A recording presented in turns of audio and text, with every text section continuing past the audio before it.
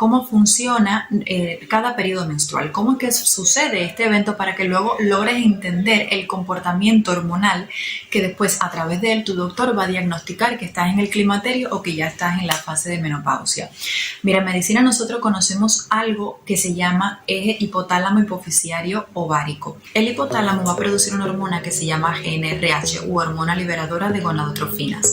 Esta hormona va a dirigirse hacia la hipófisis y le va a decir a la hipófisis empieza a producir folículo estimulante y luteinizante para que ellas vayan al ovario y me estimulen al final la producción de estrógenos.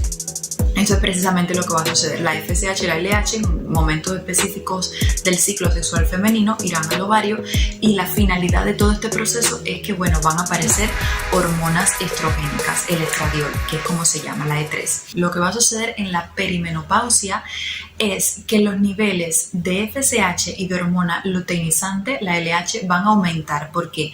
Porque la reserva ovárica, la cantidad de folículos ováricos que estaban produciendo grandes cantidades de estrógenos, ellos van a disminuir. ¿Por qué? Porque ya tu ovario ha trabajado por muchísimos años y definitivamente va a haber un agotamiento relacionado con la vejez.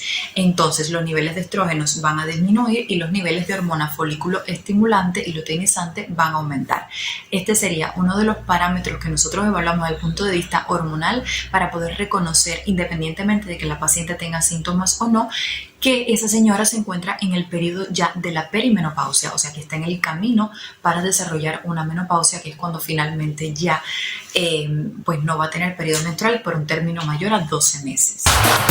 Para más información te invitamos a ver el programa completo de climaterio y menopausia. Apoyo psicológico, sobre todo de la pareja, mucha comprensión, mucha ayuda. Ya te esperamos.